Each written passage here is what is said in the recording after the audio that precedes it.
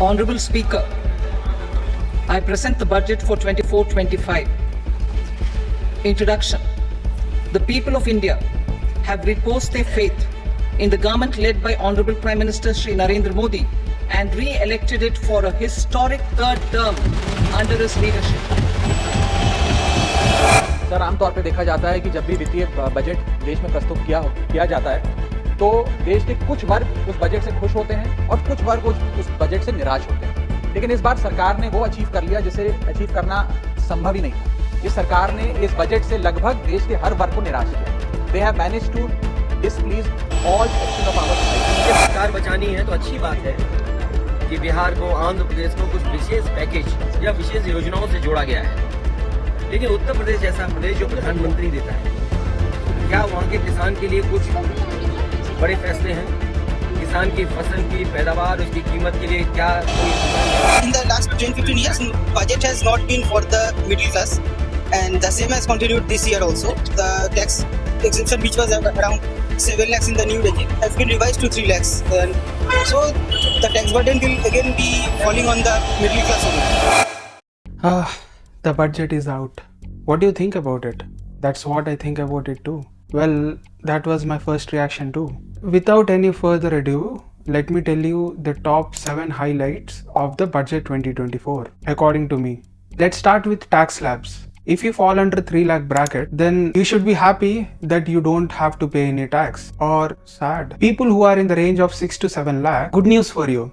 You have to pay 5% less tax this year. The tax for you has changed from 10% to 5%. Hope you are planning something good with the money that you are gonna save this year. People who are earning between 9 to 10 lakhs, good news for you guys as well. You have to pay 5% less tax this year. Your tax slab came from 15% to 10%, which means you can order more on Swiggy and Zomato this year. I'm kidding. You have to save and invest your money. So for rest of you, no good news for you. Your old tax slabs continue and you have to pay the same amount of tax that you are paying this year as well. Unless your income grew, in that case, you have to pay more taxes. Also, the standard deduction for the income tax has been hiked from 50,000 to 75,000, which means, for example, if your annual income is 10 lakh rupees, so your taxable income will be your annual income minus the standard deduction, which in this case will be 9,25,000. So you will be taxed on the remaining money after the standard deduction. So you must pay taxes on 9,25,000 instead of 10 lakh rupees. Well, this kind of is a relief for taxpayers. Now moving on to capital gains. The long-term capital gains tax in India has been raised from 10% to 12.5% for both financial and non-financial assets. Let's understand this with an example.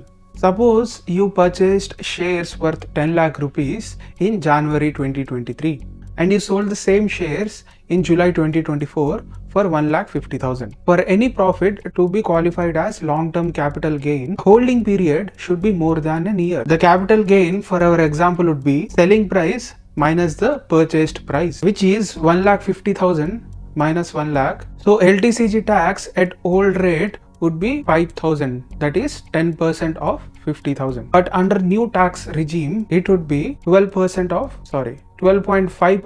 of 50,000. So for a capital gain of 50,000, you have to pay extra 1,200 odd bucks, which is inhumane for investors. Government seems to be a big hypocrite here. They say they want more investors to participate in the markets, but they take away the little profits that they make in the form of taxes.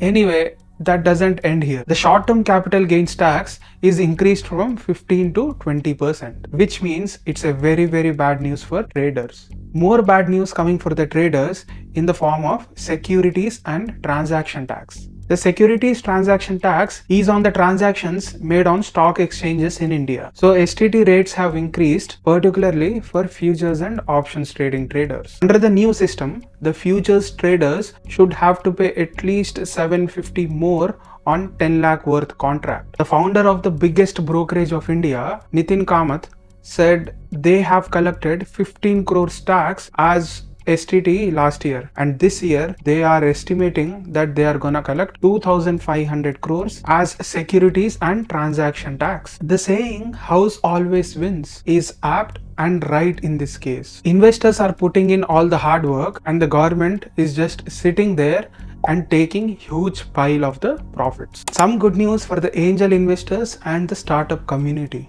The government abolished angel tax. Angel tax was a tax applied on funds raised by startups through issuance of shares when the shares were issued at a price exceeding the fair market value of the shares. Okay, let's understand this with an example.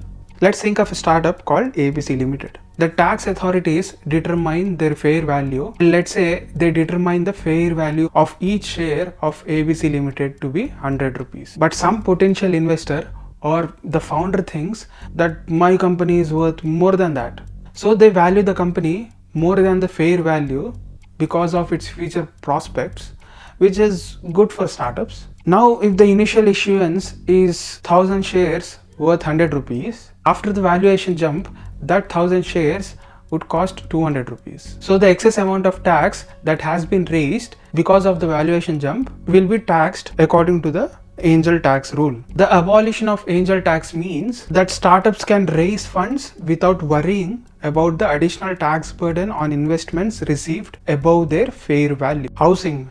There are 2 points I want to cover on this. Currently, the women property buyers have an advantage over men. Women purchasing property in certain states such as Maharashtra, West Bengal are entitled to a reduced stamp duty. For example, for a property valued at 50 lakh rupees in Maharashtra, for men the stamp duty is 6%. For women, the stamp duty is 5%. So women save 50,000 on stamp duty on property worth 50 lakhs. Lucky them. But I think men will also register more on their mother's name with this move. Anyways, this was already there before the budget. But in this budget, the plan is to further increase the benefits of women property buyers. And the second biggest change is removal of indexation benefits. I promise this is the last math equation that we are going to see. Let's understand the indexation benefit with an example. So when you hear the word indexation, you have to associate with the word called inflation. This means the sellers of the property will no longer be able to adjust the purchase price according to inflation. Let's say you purchased a home for 50 lakhs in 2020 and now you are selling it for 1 crore in 2024. This selling price is already adjusted to inflation. So the purchased price will be applied with indexation benefit. So the old equation of taxable gain is selling price minus the purchased price plus indexation benefit. But now with the new equation, it is selling price minus the purchased price. There is no indexation benefit anymore.